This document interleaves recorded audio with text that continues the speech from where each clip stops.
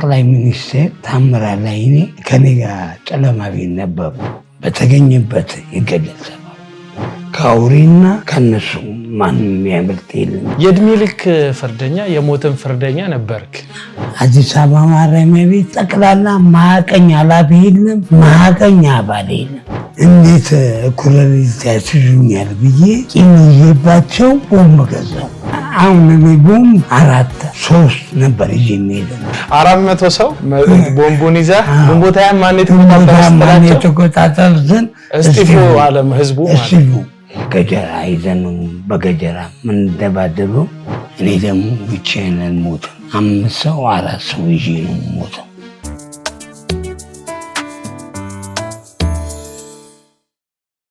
ሰላም ጤና ይስጥልኝ የመስቀል ሚዲያ ፕሮግራም ተከታታዮቻችን፣ ሰላም ለእናንተ ይሁን ብለን ዛሬ ደግሞ በተለየ ፕሮግራም ወደ እናንተ መተናል። የዛሬ እንግዲህ በቅጽል ስሙ እስጢፎ ባሪያው በመባል የሚታወቅ ወንድማችን፣ አሁን አባታችንን ብንለው የማያሳፍር ወንድማችን ነው። እስጢፎ ባሪያው እንግዲህ ከዚህ በፊት በነበረው የህይወት ታሪኩ ለብዙ ወጣቶች መማሪያ የሚሆን ህይወት ስላለው ከዚህ ቀደም ያለፈበትን መንገድና እግዚአብሔር እሱን የነካበትን አነካክ ከዚህ ቀጥሎ የሚነግረን ይሆናል። የዛሬው እንግዳችን በከተማችን በጣም ስመገናና የነበረ አሁንም ስመገናና የሆነ እድሜ ልክ ፍርደኛ የነበረ እግዚአብሔር ምህረት ያበዛለት ወንድማችን ነው። ከሱ አፍ የነበረውን ታሪኩን ውጣውረዱን ሁሉ ቀጥለን የምንሰማ ይሆናል። ሁላችሁም ፕሮግራሙን ላይክ በማድረግ ሼር በማድረግ እንድትጀምሩ፣ ሰብስክራይብ ያላረጋችሁም ሰዎች ሰብስክራይብ እንድታደርጉ እያሳሰብን ፕሮግራማችንን እንጀምራለን። እስጢፎ እንኳን ወደ መስቀል ሚዲያ በሰላም መጣ። አሜን። ሰላም ስለመጣ በጣም ደስ ብሎናል። ደስ ብሎኛል። እንግዲህ ዛሬ በጣም ብዙ ኢትዮጵያዊ ወጣቶች፣ ኢትዮጵያዊም ኤርትራዊም ወጣቶች አገር ውስጥም ከሀገር ውጭም ያሉ ወገኖቻችን ያንተን ታሪክ በመስማት ብዙ ነገር ያተርፋሉ ብለን እናስባለን። እንደ መስቀል ሚዲያም ደግሞ እንግዳችን ስለሆንክ ደስ ይለናል። ወደ ጥያቄያችን እንሂድና እስጢፎ ማን ነው? የት ነው ተወልዶ ያደገው? የልጅነት ጊዜው አስተዳደጉ እንዴት ነው የሚለውን ነገር በአንተ አፍ እንስማና ቀጥላለን።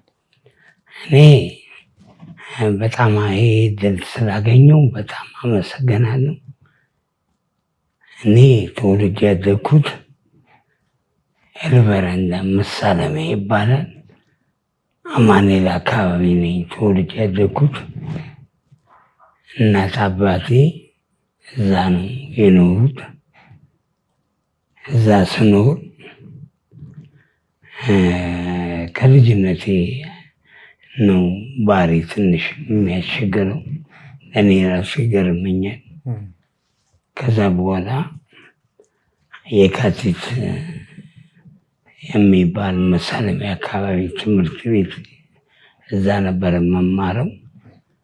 ከዛ በኋላ እስከ 5 ተምሬ ትምህርቴንም አቆምኩኝ። ከትምህርት ቤት ነው ያ የዱርዬነት መተዋወር የጀመረኝ እዛ ነው። እና በጣም የሚገርም ትምህርት ቤት እስከ 5 ነው የተማርኩት። ከዛ ትምህርቴን ራሱ እንዳቋረጥ የተደረገው በዚህ በባህሪ ነው። እና እናቴ የግል ስራ ነበር የምትሰራው። ጥሩ ኑሮ ነበር የምታኖረን። በዛ ኑሮ እየኖርኩ እያለ በአጋጣሚ ድብድብ ጀመረን። እርስ በራስ መደባደብ አካባቢ ለአካባቢ ጀመረን። ከዛ በኋላ ያ ነገር እያደገ ሄዱ። ወደ ሌላ ነገር ተቀየረ። ወደ ሌብነት ጀመርኩኝ። ከዛ በዛ በሌብነት እየኖርኩ እያለ 81 ዓመት በደርግ 81 ዓመተ ምህረት ወንጀል የጀመርኩት። ከዛ በኋላ ልክ የመሳለሚያ ልጅና የኳስ ሜዳ ልጅ በሚል ጠብ ተጀመረ። ያ ጠብ በቃ ወረደ፣ ያ ነገር ተቀየረ። ገጀራ ይዘን ነው በገጀራ የምንደባደበው። ከዛ በኋላ ከ15 መርካቶ ክልል ላይ ካሉ ልጆች ጋር ኮካ እየሄድን እነዚህ ግሩፑ በጣም ተፋፋመ። የአንዱ ሰፈር ተብሎ በጣም ተባባሰ። ከዛ በኋላ ወደ ያ ነገር ተቀየረ። ወደ መሳሪያ ተጀመረ። መሳሪያ ሁላችንም ወንጀል ጀመረን። በዛ በወንጀል መሳሪያ ገዛን። ከዛ በኋላ በዚህ እየተጣላን እየረበሽን እያለ በደርግ 82 ዓመተ ምህረት ለመጀመሪያ ጊዜ አዲስ አበባ ማረሚያ ቤት አሁን ሰው ግልጽ እንዲሆንለት አፍሪካ አንድነት ተሰርቶበታል። እዛ ማረሚያ ቤት 82 ዓመተ ምህረት 3 ወር ተፈርዶብን ገባን። እኛም በግሩፕ ነው የገባነው። ከዛ በኋላ 3 ወር ታስረን ልክ ስንፈታ ማረሚያ በር ላይ ጠብቀው ፖሊሶች ባይፋ ጫኑ። ድጋሚ ጣቢያ ወስደው እዛ ፍርድ ሸንጎ ወረዳ 5 4ኛ ፖሊስ ጣቢያ የሚባል መርካቶ ክልል ላይ ያኔ አደገኛ ቦዘኔ ሲፈረድ በርሜ ላይ ነው የሚፈረደው። አሁን ነገሩ ተቀይሮ ፍርድ ምናምን ተባለ እንጂ አሁን ተሻሽሎ ፍርድ ቤት ተባለ እንጂ በፊት በርሜል ላይ ነበረ የሚፈረድብን። አንድ በርሜል ይወጣል። ከዛ በኋላ ዋና እንጠራቀማለን። ከዛ ስም እየተጣራ 3 ወር ተብሎ ይፈረድብናል። ከዛሬ ጀምሮ 3 ወር ተፈርዶባቸዋል ተብለን ድጋሚ 3 ወሩን ጨርሰን ድጋሚ ማረሚያ ቤት 3 ወሩን እንደጨረሰን ተመለሰ።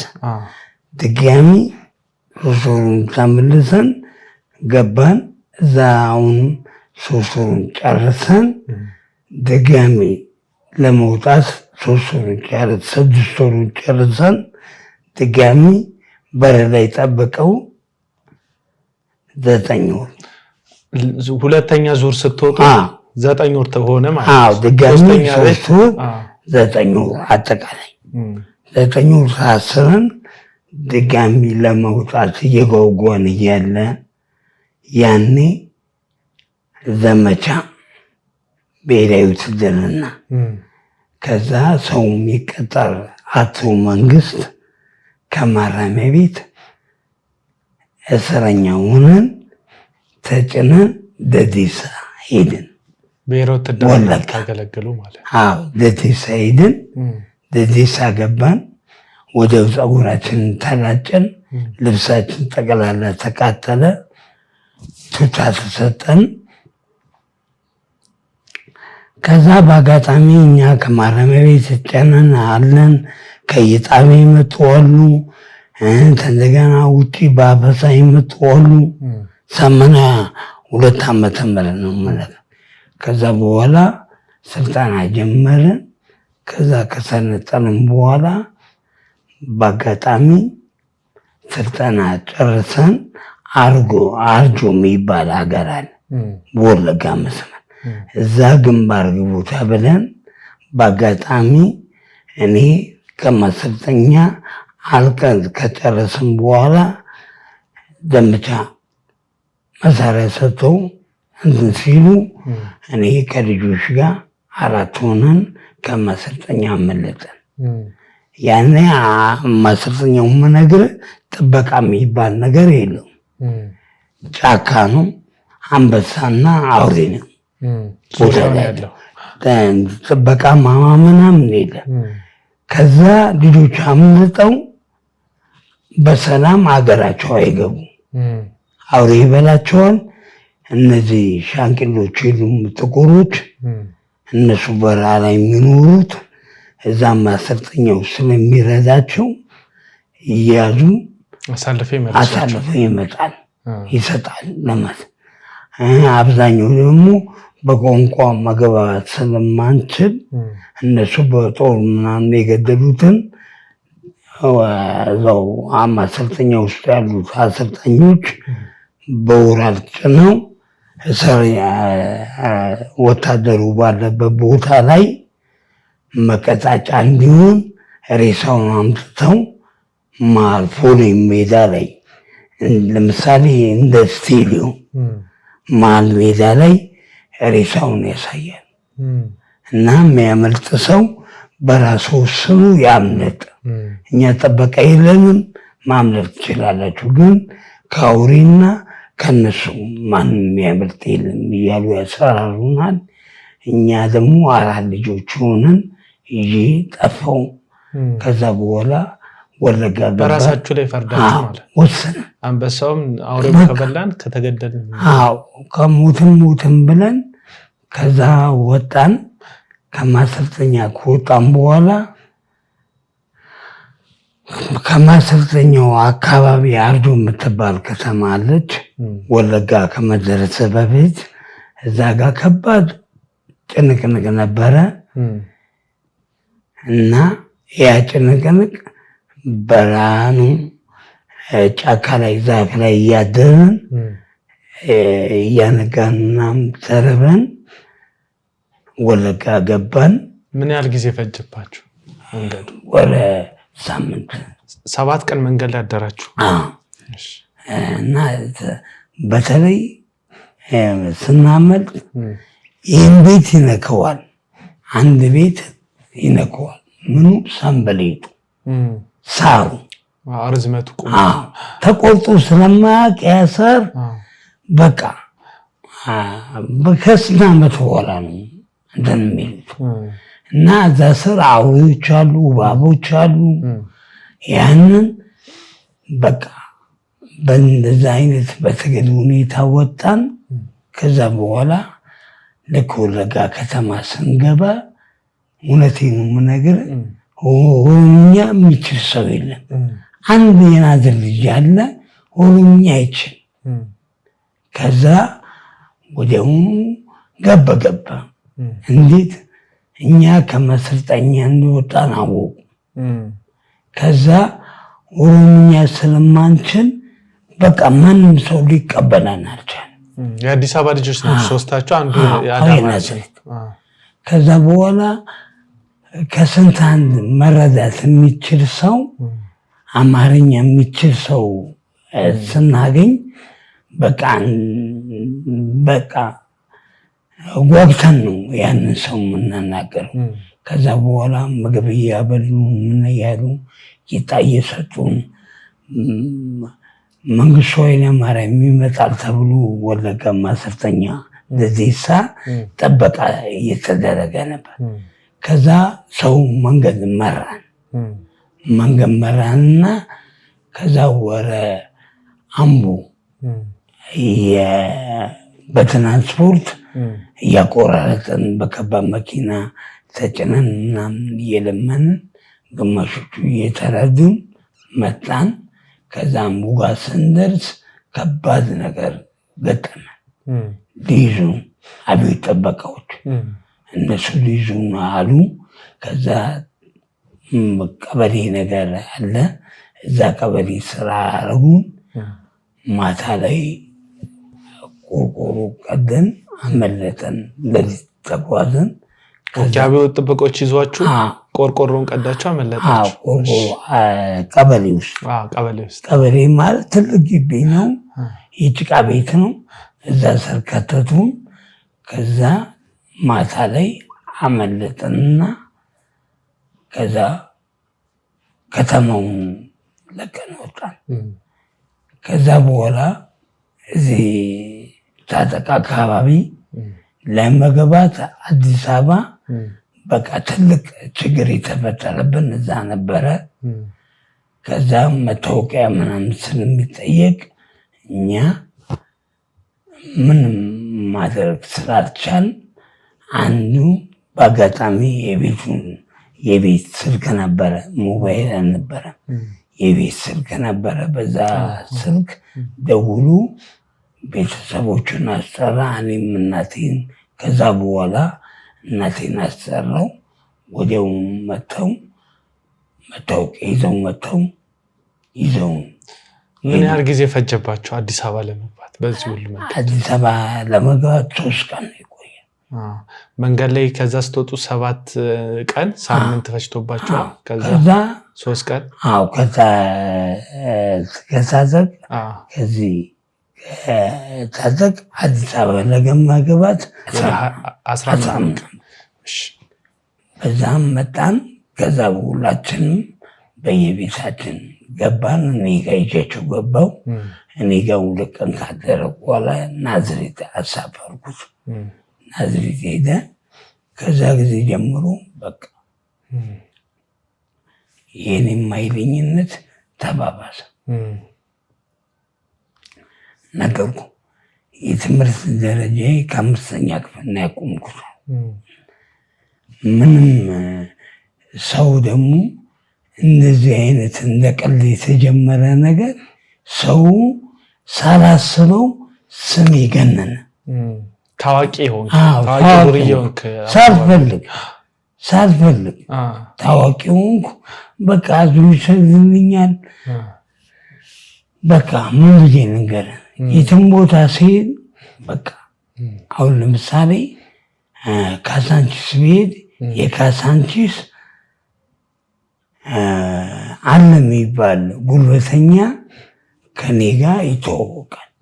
እሱም ብዬ እሄዳለሁ፣ እሱም እኔን እያለ ፒያሳ ምናምን። በዚህ ነገሩ ጠቅላላ ተጋጋለ አብዛኛው። ከዛ በኋላ ነገሩ ተባባሰ። እኔም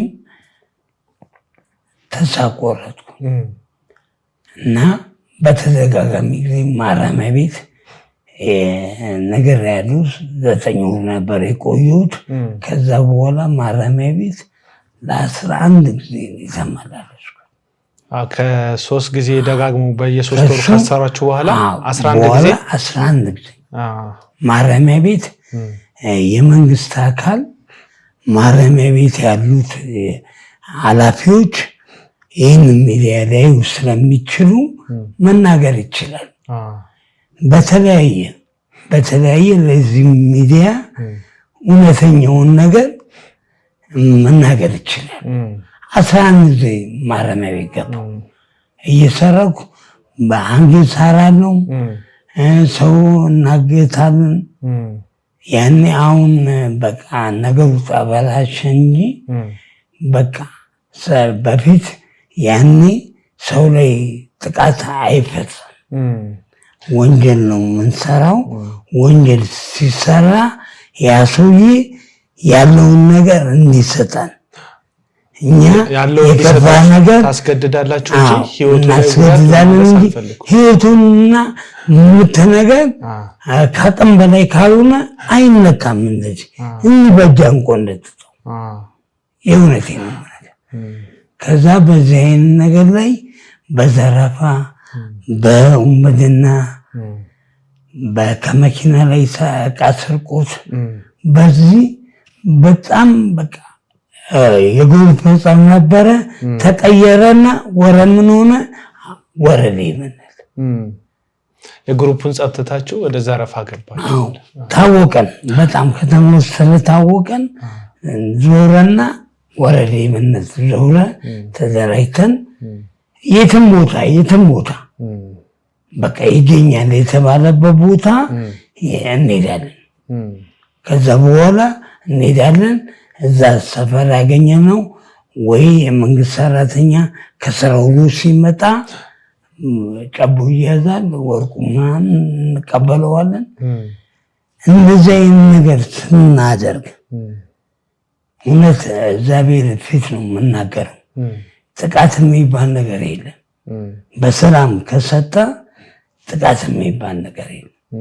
ከጮኸ ደግሞ የሆነ የምትቀጣው ነገር የለም። ነካ ተደርጎ ነው የሚለቀቀው። ከዛ በኋላ ነካ ማለት ምንድነው? ነካ ማለት ያው በቂቱ ተመቷል።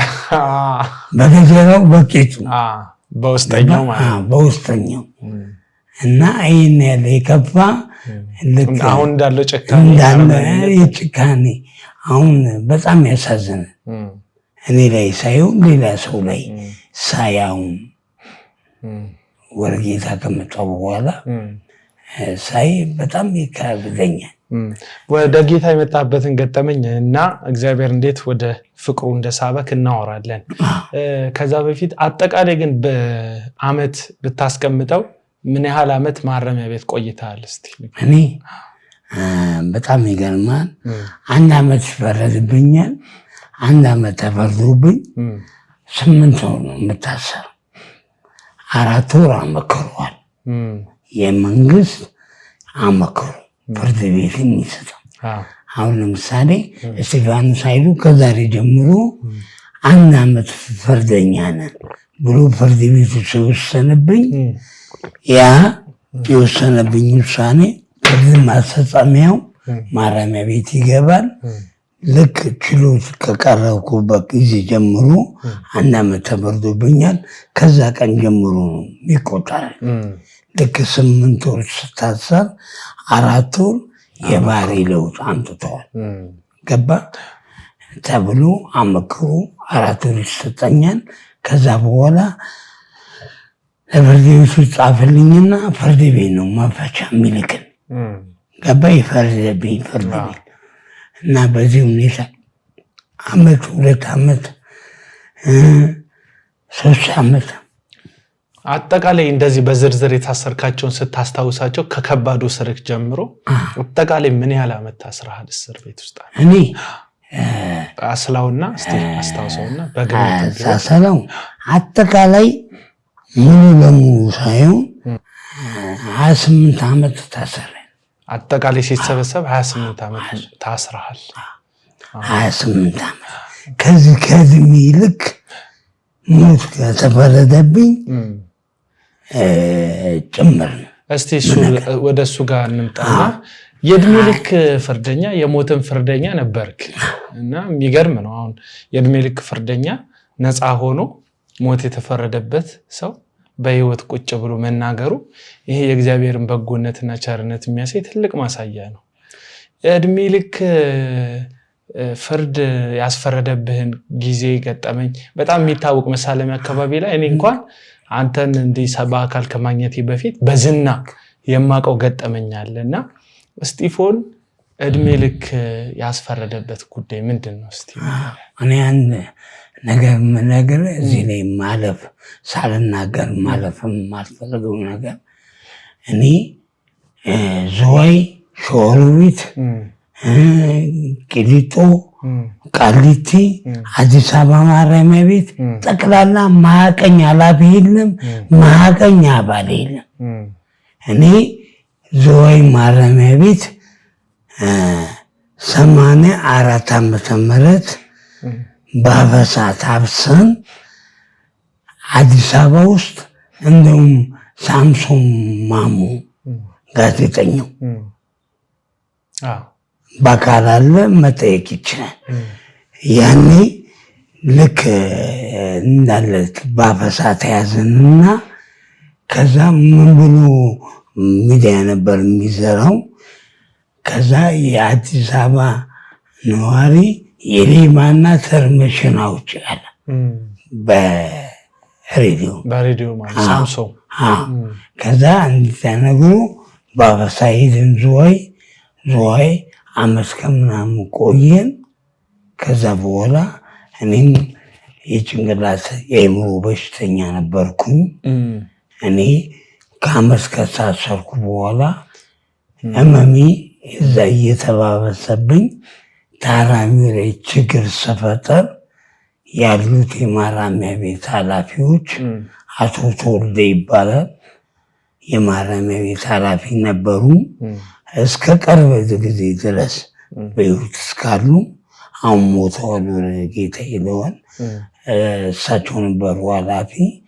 ከዛ በኋላ ይሄ በሽተኛ ራሱ ላይ ችግርና ሰው ላይ ከሚያደርስ አዲስ አበባ ይምጣ ተብሎ አዲስ አበባ ቃሊቲ ቄራ መጡኝ።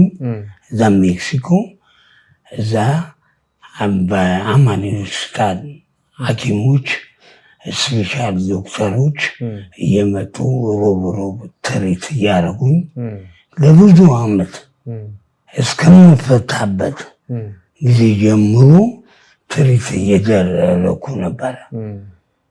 እዛ ስገባ እኔ ብቻ ሳልሆን ሌላ በሽተኞችም ትሪት ዶክተሮች መጡ፣ መድኃኒት ያዝልናል። ከዛ በኋላ ልክ እዚህ መጣውና አካልን ነፃ መውጣት ያፈሳሰረኝ አይደለም። አካልን ነፃ መውጣት 96 ብር ፍርድ ቤት ፋይል አስከፍተን ቀረምና ፍርድ ቤቱ ዋስ ፈቀደልን። በዋስ ተፈቱ። ገባ። ከእድሜ ልክ ስሩን የተፈታ? አይ ከዛ በፊት 84 ከዛ በኋላ ልክ ያኔ እኩለ ሌሊት ያስያዙኝ የቀበሌ መረጋጋቶችን እንዴት እኩለ ሌሊት ያስይዙኛል ብዬ ቂም ይዤባቸው ከዛ ቦምብ ገዛው። ኦኬ ቦምብ ገዛው። ከዛ በኋላ አዳራሽ 85 መጨረሻ ላይ አዳራሽ ስብሰባ ነበረ። ያን ስብሰባ እየተሰበሰቡ እያለ እኔ ጠጥቼልን ይዣቸው በቃ ወስኜ ስለ እውነት ነው ማለት አብራቸው ለመሞት ማለት በቃ ለመሞት ተስፋ ቆርጠ ነበር ማለት። ከዛ በኋላ ቦምቡን ይዤው ገባው። እኔ በነገራችን ላይ እግዚአብሔር ይህን ድል ሰጥቶኝ እንደዚህ አብቅቶኛል። እግዚአብሔርን ከምንም በላይ አመሰግነዋለሁ። መጨረሻ ላይ የምናገራለሁ። ያንን ቦምብ ይዤ ገባው ስብሰባ። ቸርማኖቹ የአዴጎች ናቸው፣ 7 ናቸው። የቀበሌ ሊቀመንበር አሉ። ሌላው ደግሞ ወደ 400 ሰው የሚሆን ተሰብስበዋል። በዚህ የኢትዮጵያ ሕዝብ ጠቅላላ አብዛኛው ያቀኛል። ውጭ የሚያሉት ምናምን እና ይህን ቦምብ ይዤ ገባው።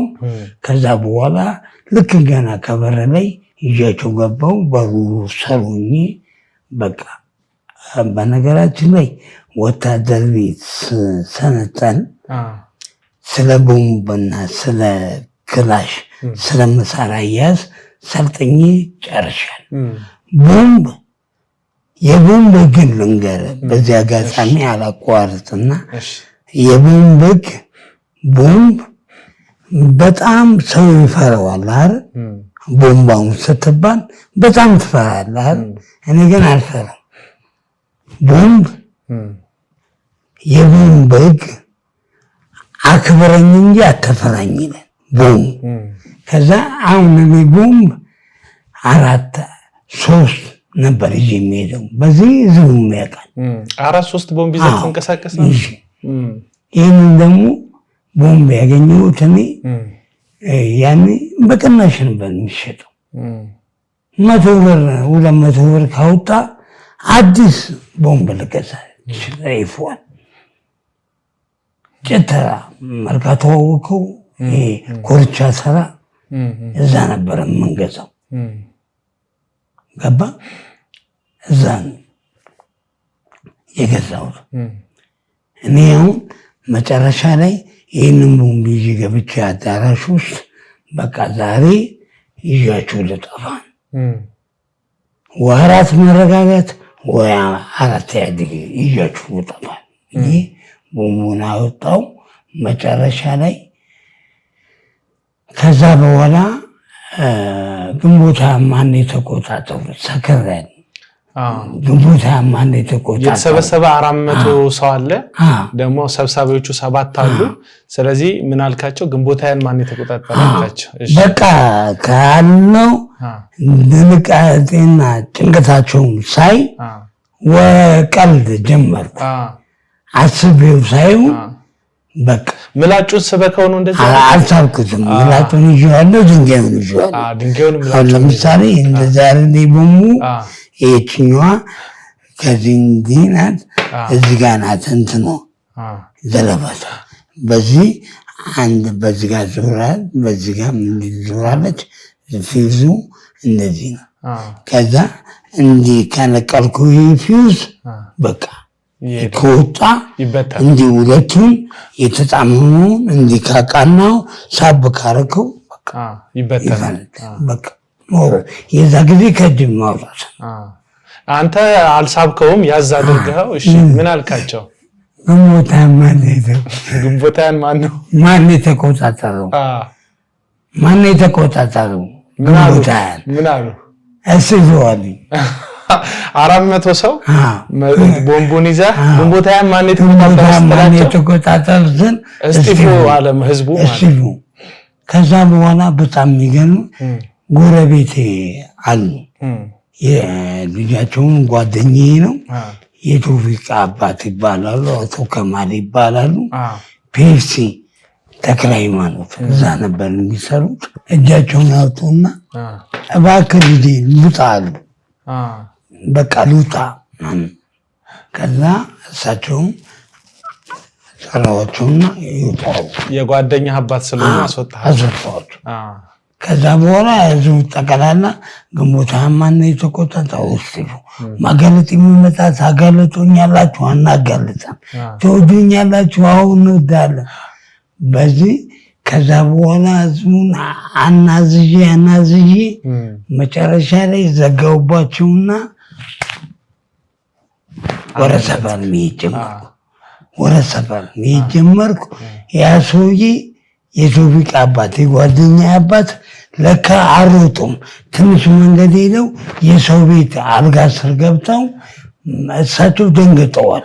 ገባ እዛ ድንጋጤ ስላዩ ሰው አልጋ ስር ሆኖ ምንን የሚጠብቁት የቦምብ ፍንዳታ ሁሉ ሲያልቅን በቃ የሚያዳምጡት።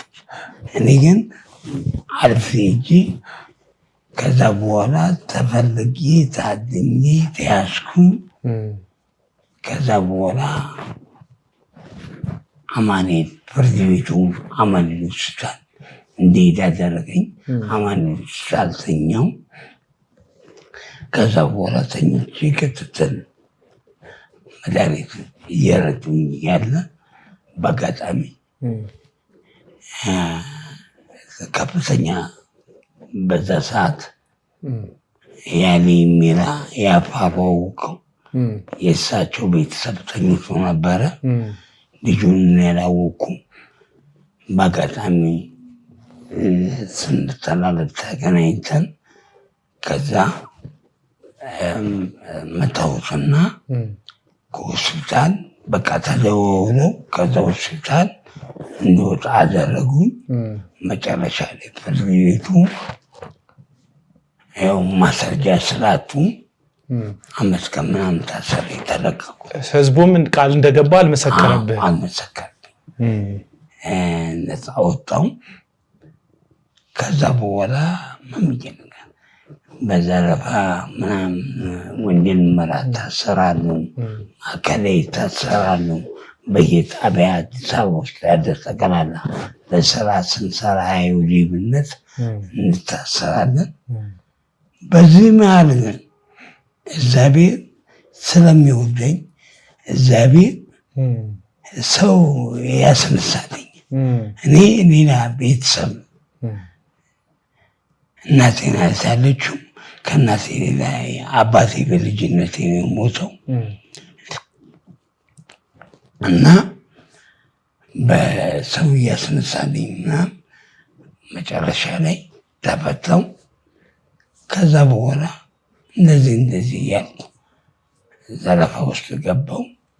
በዘረፋ ምናምን ስታሰር ስወጣ ስታሰር እንደዚህ እያልኩ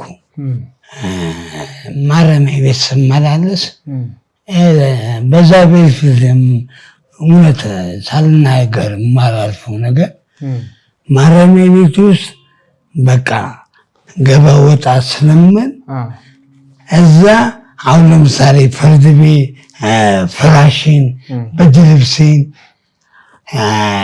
ሰው ተፈች ጠርቶ እቃውን ጠቅላላ ልጁ የሚሄደው እኔ እቃ ይቀመጣልኝ ተመልሰ ስለምመጣ ገባ የሚገርም ነው። እውነቴን የምነግርህ ስለምመጣ ለቆዩ ሰው ትልቅ ሰርድ የምታሰሩት እቃዬን አስቀምጬ ድጋሚ እንደምመጣ ስለማውቀው እነዚህ አይነት አመለካከት ነበረኝ። ገባ ከዛ በኋላ እቃዬን ሁሉ አስቀምጬ ድጋሚ እንደምመጣ ስለማውቅ ገባን እና እኔ ከባለቤቴ ጋር ልጄ ወልጄ አየር ጤና ነበር የምኖረው። ከአየር ጤና የተጠራሁበት ስልክ የሰፈር ልጆች የግሩፕ ዛብ ጀምረው እርስ በራስ አብሮ አደጎች በግሩፕ በዚህ በስራ ከባድ መኪና ድለላ በሚለው ጓደኞቼን ስራ ጠይቀው በዚህ ስራ ከነሱ ጋር ስላልተግባቡ ከዛ በኋላ ጸብ ተጀመረ።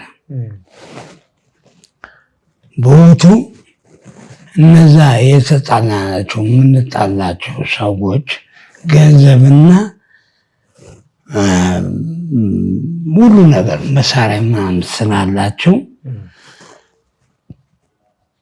አንድ ጓደኛዬ ከኛ መሀል እግሩን ከታተፉ በገጀራ እግሩ ተቆረጠ። አይ አሳማን ቦታ በገጀራ ተጎዳ።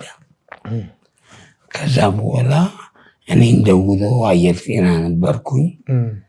በስንት ዓመተ ምህረት? 95 በቃ ይሄ ነው ሞት ያስፈረደብኝ።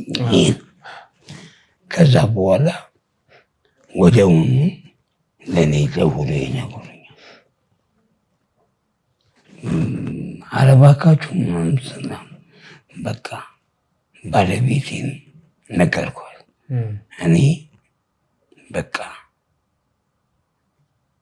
አሁን ጓደኛዬ ተመቷል፣ ችግር ደርሰውበታል። ስለዚህ ቤተሰቦች ሂጂ ብዬ ከዛ በኋላ እሷን እንደዚህ ስነግራት አለቀሰች። ከዛ ጎረቤት ሰው አንድ ሴት አደረኩኝ። ከዛ ቦምብ ይዤ 2 ቦምብ ይዤ ሰፈር መጣሁ። ሰፈር ስመጣ በተገኘበት ይገደል ሰፈሩ። ለምን ይህን ሰፈር መጣሁና ሰፈር እነዚህ ጸበኞቻችንን ጓደኛዬን የመቱትን ሄጄ እነሱን ላጠፋ ገባ ላጠፋ ሰፈር መጣሁ። ከዛ በኋላ እነሱ ቤት አንደኛው ቤት ገባውና ግርግር ተፈጠረ ምናምን። ከዛ በኋላ ሰው በቃ እንደማፈነደው ስለሚያውቅ በቃ ሽሽት ጀመረ። በአጋጣሚ ፖሊሶች ደረሱ። ከዛ እኔም ሄድኩኝ። ከዛ ነገሩ ወዲያውኑ የጣቢያ አዛዡ በተገኘበት ቦታ እርምጃ ይወሰድበት ተብሎ ትዕዛዝ ወጣብኝ።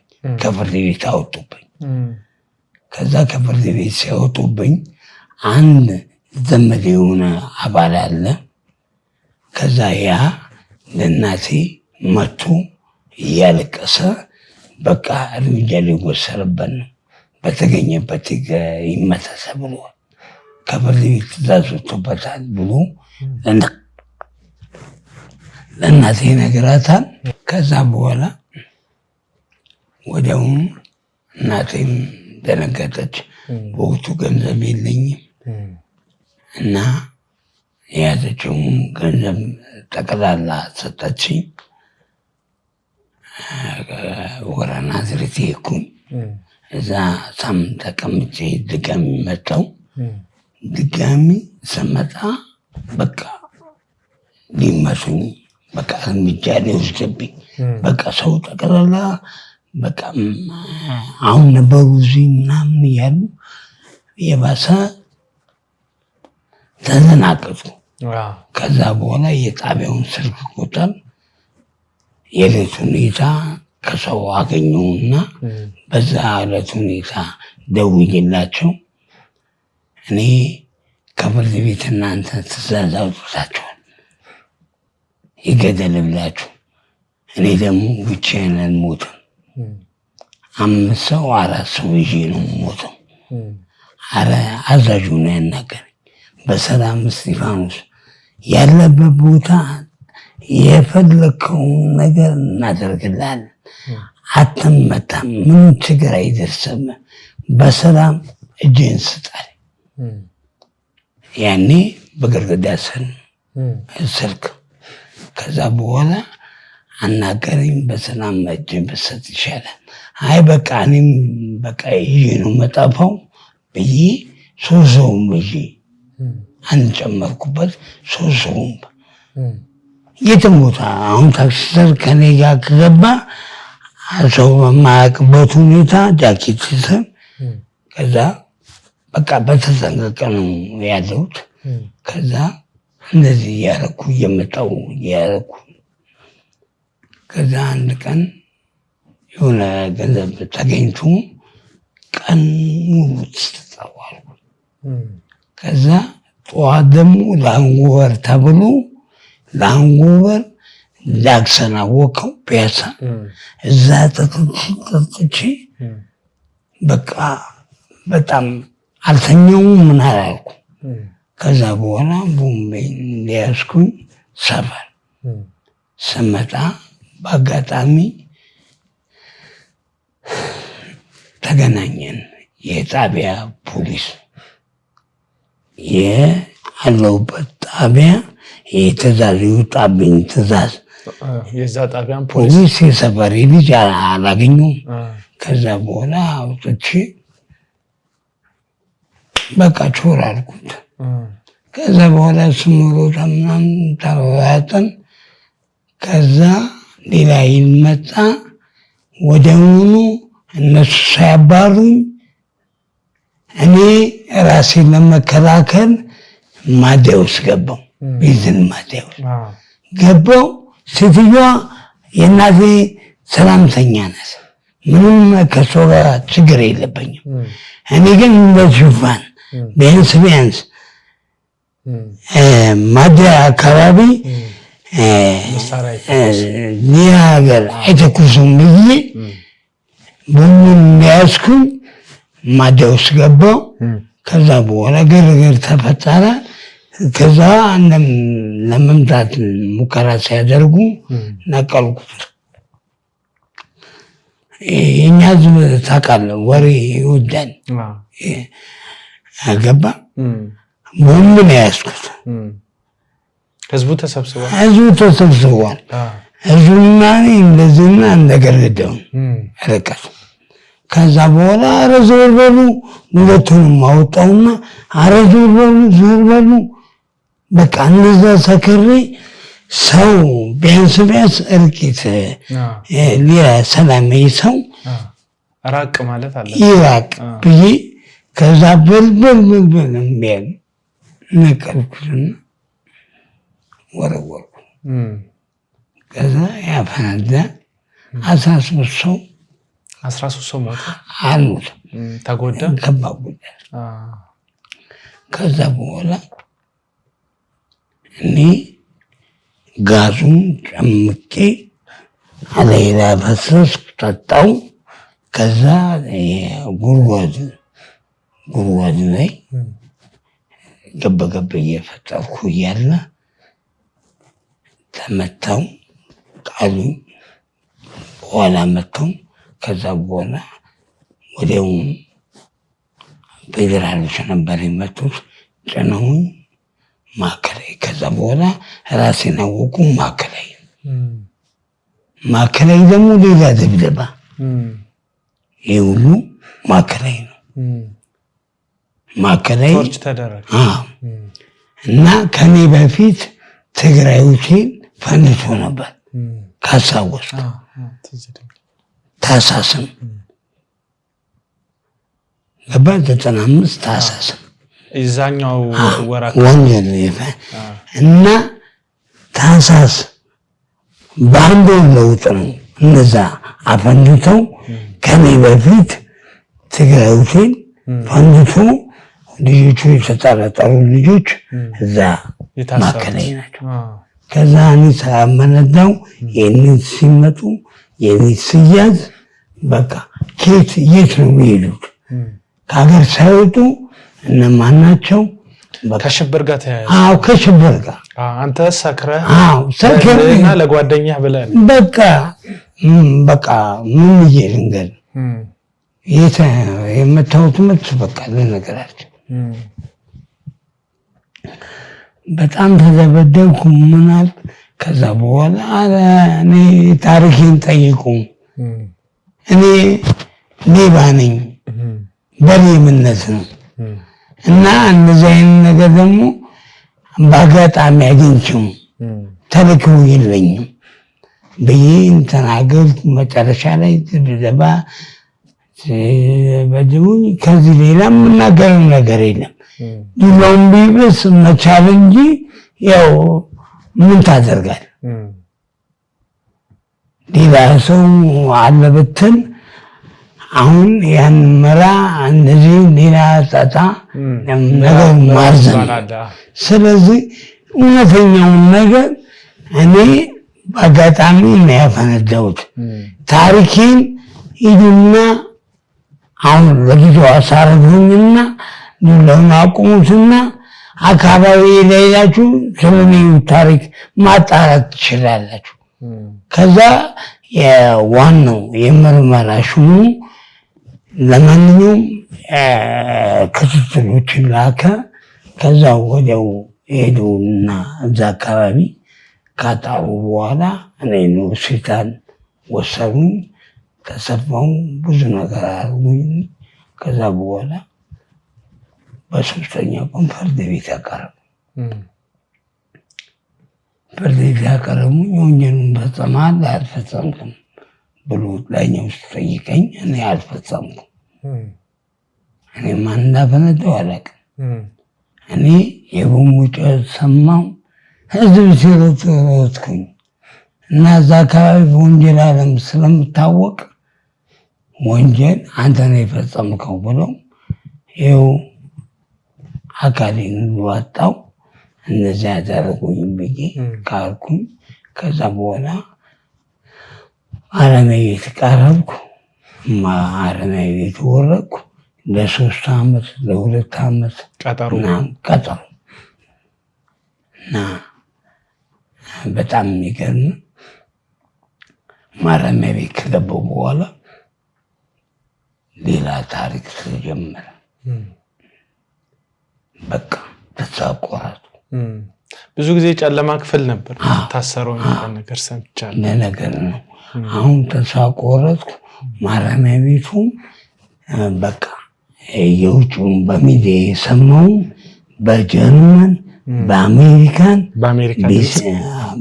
ሁሉም ላይ ተዘገበ። ይህን ነገር እስጢፋኖስ ኃይሉ የሚባል እንደዚህ አፈነዳም ተብሎ ተዘገበ። ከዛ በኋላ ማረሚያ ቤቱም የተለየ አጠባበቅ የተለየ ጥበቃ ይደረግልሃል። ስለ ገነነ ከዱርይነቱ ጋር ተያይዞ እና ከዛ በኋላ እኔም ተስፋ ቆረጥኩ። እወጣለሁ የሚል አመለካከት የለኝም። ስለ እውነት እግዚአብሔር ምስክሬ ነው። ይኸው መጠየቅ ትችላላችሁ።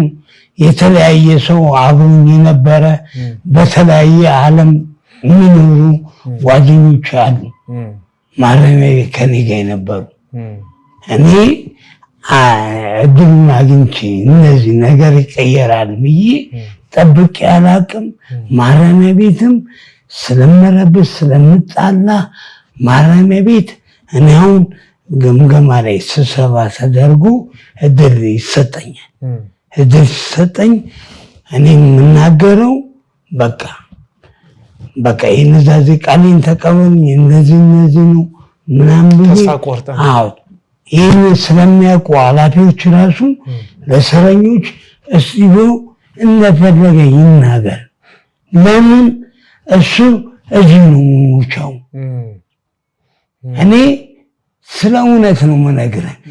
የማረሚያ ቤት ኃላፊዎች፣ የማረሚያ ቤት አባሎች፣ ማረሚያ ቤት የታሰራችሁ ሁላችሁም ታውቃላችሁ። ማንም የሚያውቀው ነገር እስጢፎ መሞቻው እዚህ ነው ተብሎ እኔ የነበሩት ኃላፊዎች በቃ የደመደሙት እዚህ ነው።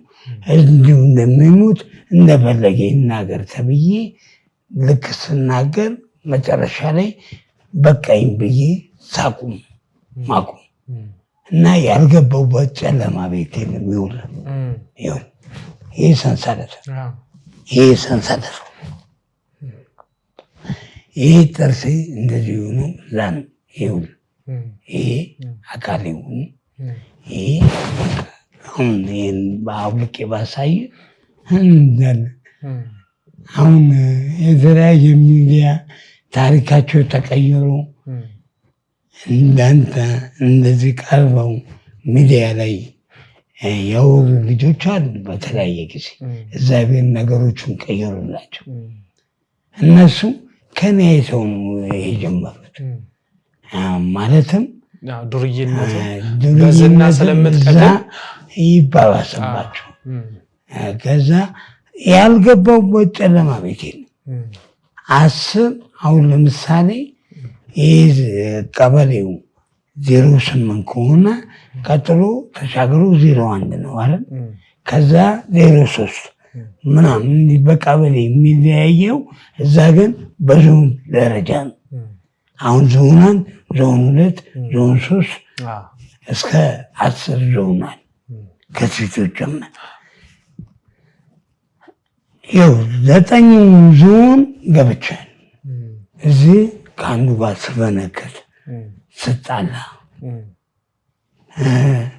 ከፖሊሱ ጋር ስጣላ 9 ክልል ጠቅላላ ዞር ያለ መጨረሻ ላይ ማረሚያ ቤቱ ኃላፊ እስጢፎ አሁን አንተን ማርስ ላይ እንሰራ ወይ ሌላ ጨርሰው ማለት ነው። እሺ ገባ። አሁን ጨለማ ቤት ያልገባሁበት ይሁን ክብር ጠቅላይ ሚኒስቴር ታምራት ላይኔ ከኔ ጋር ጨለማ ቤት ነበሩ። ይህን ፕሮግራም በአጋጣሚ ሊያዩት ይችላል። ስለ እውነት ይኸው በዚህ አድራሻ ላይ ስለነበረ ሁኔታ መጻፍ ይችላል። ይህ የቤት ጥርሴ ሲወልቅ ታምራት ላይኔ እኔ ያለሁት እንደዚህ፣ እሳቸው ደግሞ እዚህ ጋር ገባ። እዚህ ጋር ምን አለ ግንባል ገባ። አንታይም። እሳቸው የግንቡ ይከልለናል። እኔ እዚህ ጋር ነኝ ያለሁት። ያኔ ፍርድ ቤት ተከልክዬ ሕክምና ሆስፒታል ክትትል ነበረኝ። ጨለማ ቤት ስለገባው ከለከል። ከዛ በኋላ የፍርድ ቤት ሲከለክሉኝ ሆስፒታል የላቦራቶሪ ወረቀት ነበረኝ። ያንን ፍርድ ቤት ስቀርብ ደብቄው ፓንቲ ስር ደብቄው ወረቀቱን ይዤ ወጣሁ። ገባ። ከዛ በኋላ ፍርድ ቤት ቀረብኩኝ። የተከበረው ፍርድ ቤት እኔ ሕክምና ተከልክያለሁ፣ ጨለማ ቤት ውስጥ ነው ያለሁት ብዬ ለዳኞቹ ሳብራራ ውሸቱን ነው ብሎ ሲል ከፓንታ ያወጣውና የተከበረው ፍርድ ቤት ይህኛው ኬታ መጣሁት፣ ጨለማ ስር ነው ያለሁት ኬታ መጣሁት ብዬ ለፍርድ ቤት ማስረጃዬን አቀረብኩ። ሲያዩት ላቦራቶሪ የታዘዘ እስጢፋኖስ ኃይሉ የሚል። ከዛ በኋላ ዳኞቹ አበዱ። እንዴት ሕክምና ይከለከላል ብለዋሉ። ወዲያውኑ በቴሌግራም ተነጋገሩ። እስጢፎ ፍርድ ቤት ከሰሰን ገባ። ከሰሰን ብለው እነዛ ይዘው ፍርድ ቤት የቀረቡት ለማረሚያ ቤት ላሉ ለጥበቃ ኃላፊ ተናገሩ። በቃ ልክ ገና ታራሚው ከፍርድ ቤት ማረሚያ ቤት ስንገባ እስጢፋኖስ ተለይ ብለው ካቴናዬን ፈቱኝ። ከዛ በኋላ ተጀመረ ድብደባ ነው።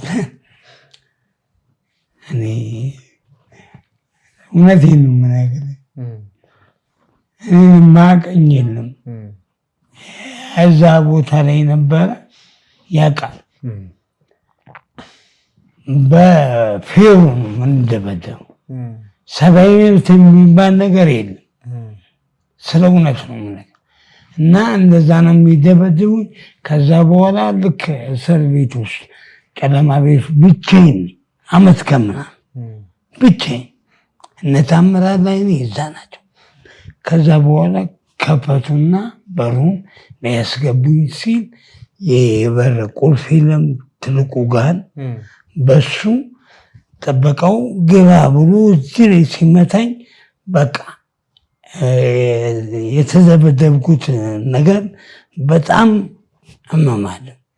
ከዛ በኋላ ጨረሰኝ ብዬ እዛው ገበገብ ተያዝኩ።